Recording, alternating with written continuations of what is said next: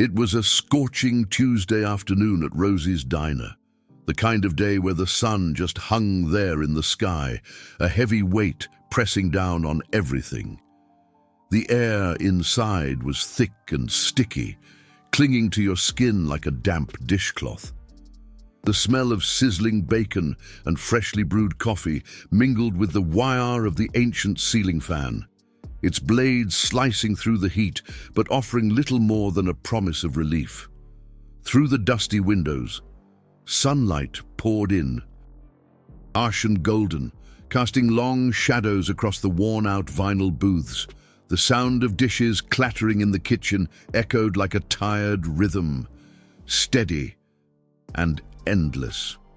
Outside, the asphalt shimmered in waves as if the entire street was melting under the blazing summer sun. Emily Johnson stood behind the counter, her faded blue uniform clinging to her back with sweat, a dull ache throbbing in her lower back from yet another 12-hour shift on her feet. She was 37 years old, a single mother of two, and every dollar she earned at Rosie's Diner went straight to rent, school supplies, and her son's soccer equipment. Her hands, rough and calloused from years of washing dishes and carrying plates piled high, moved with practiced efficiency, even as exhaustion weighed her down like an anchor. Emily's eyes, though tired, still held a spark of warmth, the kind that came from a woman who refused to let life harden her heart. Her father always taught her, "Don't judge a book by its cover," and despite barely scraping by, Emily believed in kindness, always had, always would. Before we go any further, if you believe in kindness, second chances, and standing up for what's right, make sure to like, comment, share, and subscribe to this channel, and tell us in the comments where you're watching from. Because stories like this remind us that humanity still exists in every corner of the world, and we need to spread these messages far and wide. The bell above the door jingled, and a figure walked in, drawing every eye in the diner. He was a towering biker, with arms like tree trunks and tattoos snaking up to his neck, dark ink covering weathered skin. His cut, a battered black leather vest, bore the red and white Hells Angels patch on his back, unmistakable and bold.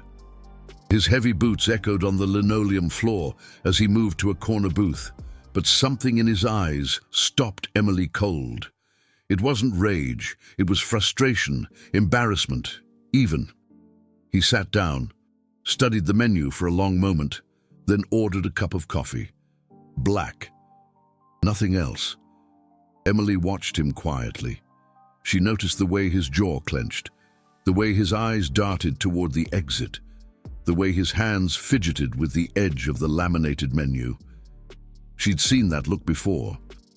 That was the look of a man counting pennies in his head and coming up short. When she brought the coffee, he thanked her in a low, gravelly voice. She nodded. Then, after a beat, she asked him softly if he wanted something to eat. He looked up, startled. He said no, just the coffee. She could have left it at that. No one would blame her. A Hells Angel. Most people crossed the street when they saw his kind, but her father's voice echoed in her mind. Look for the person, not the label. Emily leaned in and told him quietly that lunch was on her today. His eyes widened. He searched her face, looking for a catch, a scam, some hidden angle. But he found none.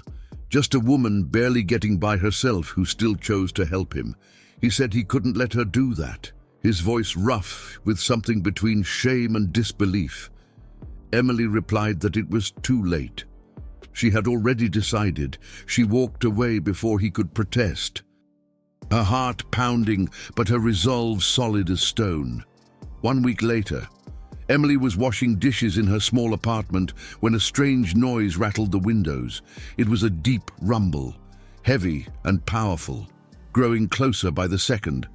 She wiped her hands on a towel and walked to the window, heart suddenly racing. What she saw made her blood run cold.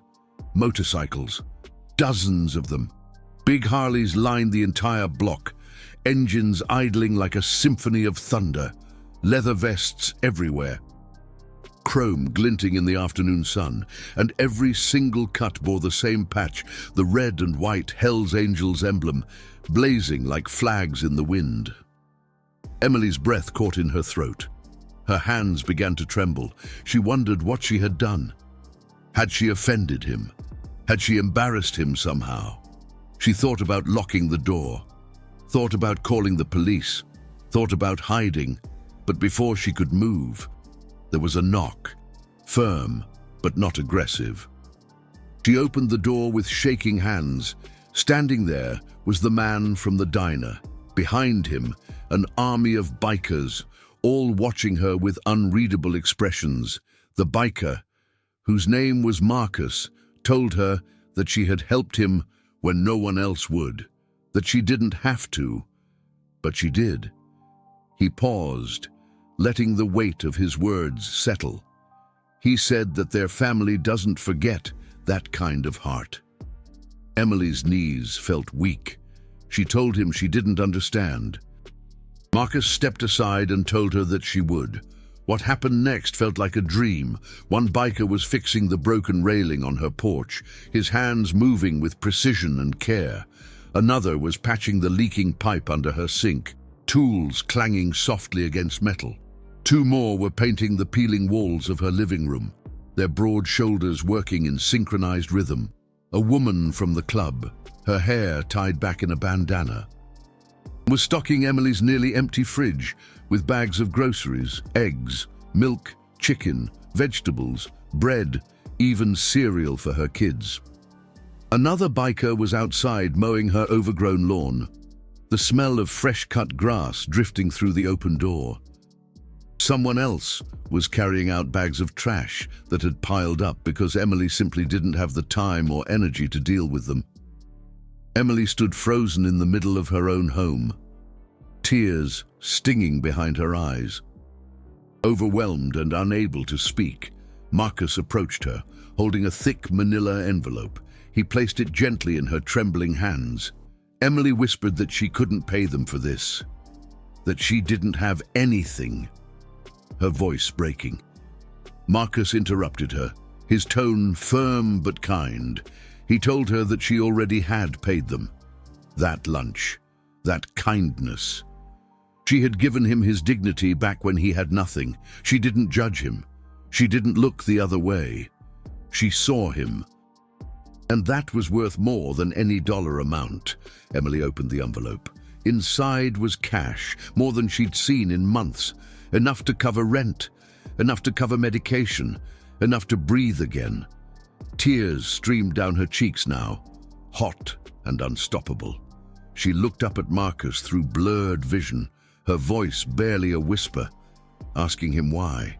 He placed a heavy hand on her shoulder, his rough palm warm and steady. He told Emily that the world is full of people who look the other way. And there just aren't enough people like her. He nodded towards the other Hell's Angels who were wrapping things up, wiping the sweat from their foreheads, and smiling quietly to themselves. He said that if she ever needed anything, she knew who to call, that she was family now, and family takes care of family, no matter what. So, what would you do if you were in Emily Johnson's shoes that day at Rosie's diner? Would you have stepped up to help?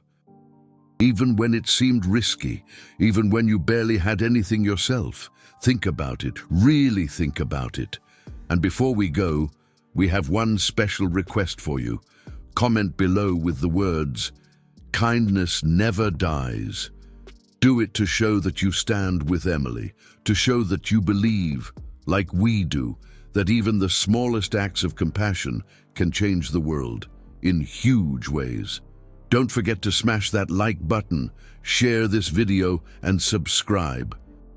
Because this channel exists to remind you that humanity is still alive and well, that honor still matters, that loyalty runs deeper than blood, much deeper, and that sometimes the people the world tells you to fear are the very ones who will fight hardest to protect you, because kindness is never wasted.